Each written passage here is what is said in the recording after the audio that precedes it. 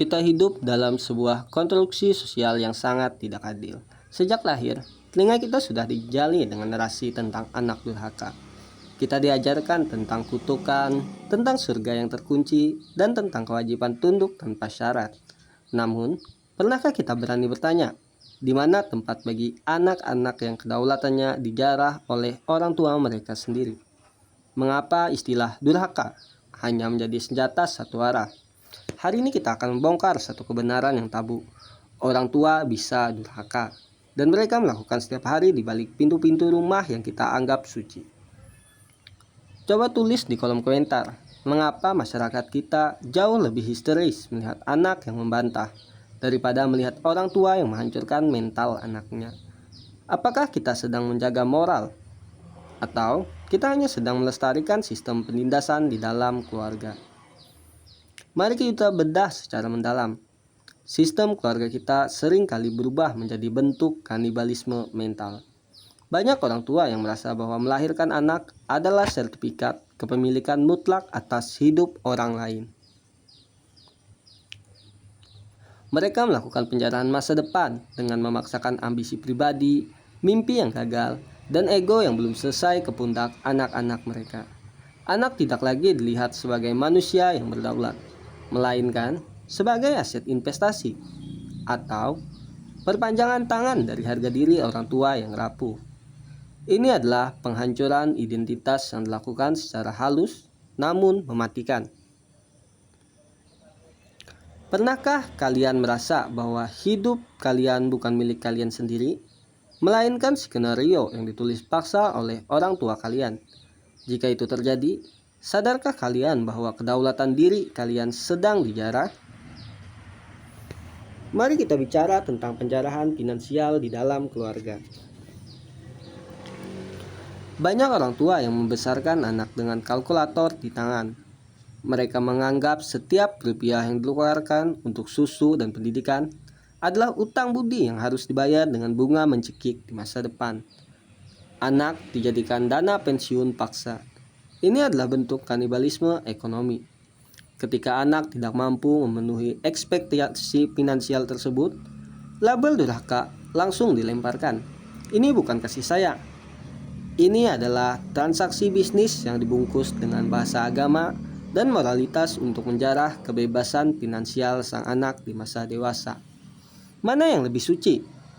Orang tua yang membebaskan anaknya untuk mandiri, atau orang tua yang mengikat leher anaknya dengan rantai rasa bersalah seumur hidup?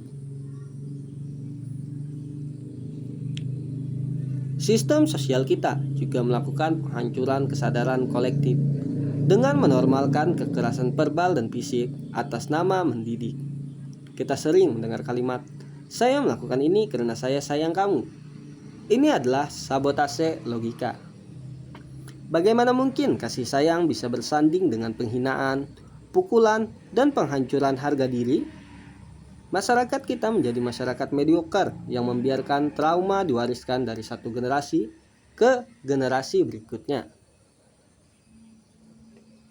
Kita memuja stabilitas keluarga semu sambil membiarkan jiwa anak-anak hancur berkeping-keping di dalamnya.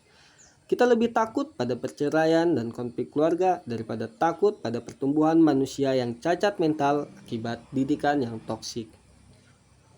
Jujur saja, berapa banyak dari kita yang harus pergi ke psikolog saat dewasa hanya untuk menyembuhkan luka yang dibuat oleh orang-orang yang seharusnya mencintai kita tanpa syarat?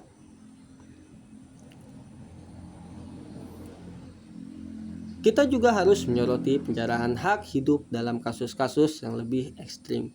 Orang tua yang melakukan pelecehan, orang tua yang menelantarkan, atau orang tua yang menggunakan anak sebagai tameng dari kesalahan mereka sendiri. Mereka adalah orang tua durhaka dalam bentuk yang paling nyata. Namun, sistem hukum dan norma kita seringkali memberikan diskon moral bagi mereka hanya karena status mereka sebagai orang tua. Ini adalah penghancuran tanggung jawab. Kita membiarkan predator bersembunyi di balik gelar ayah atau ibu, sambil tetap menuntut sang anak untuk tetap berbakti dan mencium tangan orang yang telah merampas kedaulatan hidupnya. Apakah kalian setuju bahwa rasa hormat tidak bisa diberikan secara otomatis hanya karena pertalian darah, melainkan harus dibangun di atas fondasi perlindungan dan penghargaan terhadap kedaulatan manusia? Kedaulatan sejati seorang manusia dimulai dari rumah. Jika rumah menjadi tempat pertama di mana kedaulatan seseorang dijarah, maka masyarakat kita tidak akan pernah benar-benar merdeka. Kita harus berani mendefinisikan ulang hubungan orang tua dan anak. Orang tua adalah wali, bukan pemilik. Anak adalah titipan yang memiliki kedaulatan penuh atas pikirannya, tubuhnya, dan masa depannya. Memaksakan kehendak yang menghancurkan jiwa anak adalah bentuk pengkhianatan terbesar terhadap kemanusiaan. Berhenti merasa bersalah atas batas yang kalian buat demi melindungi kewarasan kalian. Menyelamatkan diri dari orang tua yang toksik bukanlah bentuk kedurhakaan, melainkan upaya merebut kembali kedaulatan yang telah dijarah. Menurut kalian, apakah mitos orang tua selalu benar adalah penghambat kemajuan mental bangsa kita? Manakah yang lebih merusak? Anak yang melawan ketidakadilan orang tuanya, atau orang tua yang secara perlahan membunuh potensi dan kebahagiaan anaknya? Jangan biarkan trauma masa lalu terus menjarah masa depan kita. Dan kita akan terus membongkar setiap lapisan penjaraan sistem ini. Sampai jumpa di episode berikutnya.